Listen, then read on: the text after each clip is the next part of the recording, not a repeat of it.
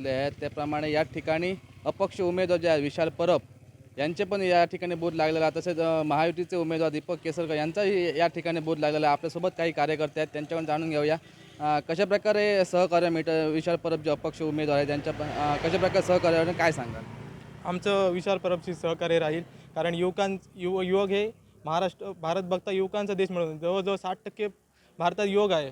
आता पुढे काही वर्षांनी युवक ते प्रौढ होणार आहे, पण हे युवकांचं आताचं भविष्य निर्भर आहे। आता युवकांना संधी नाही मिळाली तर कधी मिळणार संधी?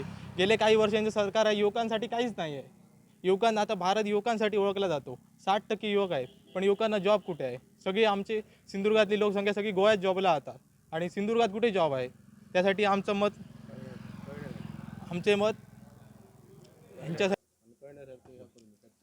आमचे मत विशाल परबांच्या पाठी राहील, कारण की आताची यंग जनरेशन हे विशाल परबांच्या पाठी राहील। विशाल परब पण यंग आहेत, त्यांची विचारधारणा आमच्यासोबतच मिळतीजुळती राहणार, कारण त्यांचे पण विचार यंग जनरेशनप्रमाणे आहे।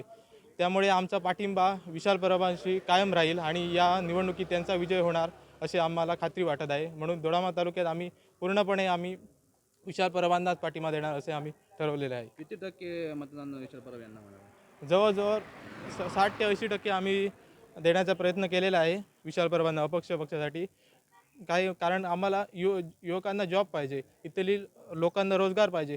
आता पाहिला 90% लोक रोजगार गोव्यासाठी जातात, मग सिंधुदुर्ग असून उपयोग काय? महाराष्ट्र सिंधुदुर्ग भागाचा उपयोग काय? दोडामार्ग तालुका महाराष्ट्राचा पश्चिमेकडे शेवटचा तालुका आहे। या तालुक्याची गणना कुठे महाराष्ट्र होते कुठे? हा मोठा प्रश्न निर्माण झालेला आहे।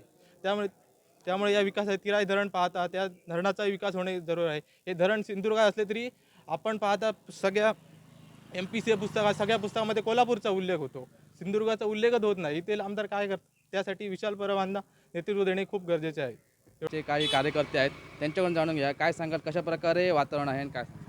या ठिकाणी आमच्या गावात तर दीपकबाईंसाठी चांगलं वातावरण, आमच्या गावातच नाही तर दोडामार्ग तालुक्यामध्ये पण चांगलं वातावरण आहे, कारण ते महायुतीचे उमेदवार आहे आणि त्यांचं सहकार्य दोडामार्ग तालुक्याला नेहमीच आहे, तसे आमच्या गावाला पण त्यांचं नेहमी सहकार्य आहेच। त्यामुळे आम्ही इथून कमीत कमी त्यांना 90% मतदान आम्ही आमच्या गावातून देणार आहोत आणि त्यांना विजयी करणार आहोत, एवढे सांगतो। नंतर या गावात या ठिकाणी आपण पाहिलं की महायुतीचे उमेदवार दीपक केसरकर यांचं पण बोध आहे, तसं अपक्ष उमेदवार विशाल परब, अर्चना घारे यांचं पण बोध या ठिकाणी लागलं। फक्त राजन तेली जे आहेत महाविकास आघाडीचे यांचा या ठिकाणी कुठे बोध दिसलेला नाही।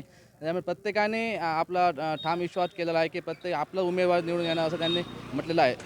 कोकणसात लाईव्हसाठी दोडामार्ग लव परब थेट लाईव्ह पाहण्यासाठी सबस्क्राईब करा, लाईक करा कोकणचं नंबर 1 महा चॅनल कोकणसात लाईव्हचं YouTube चॅनल।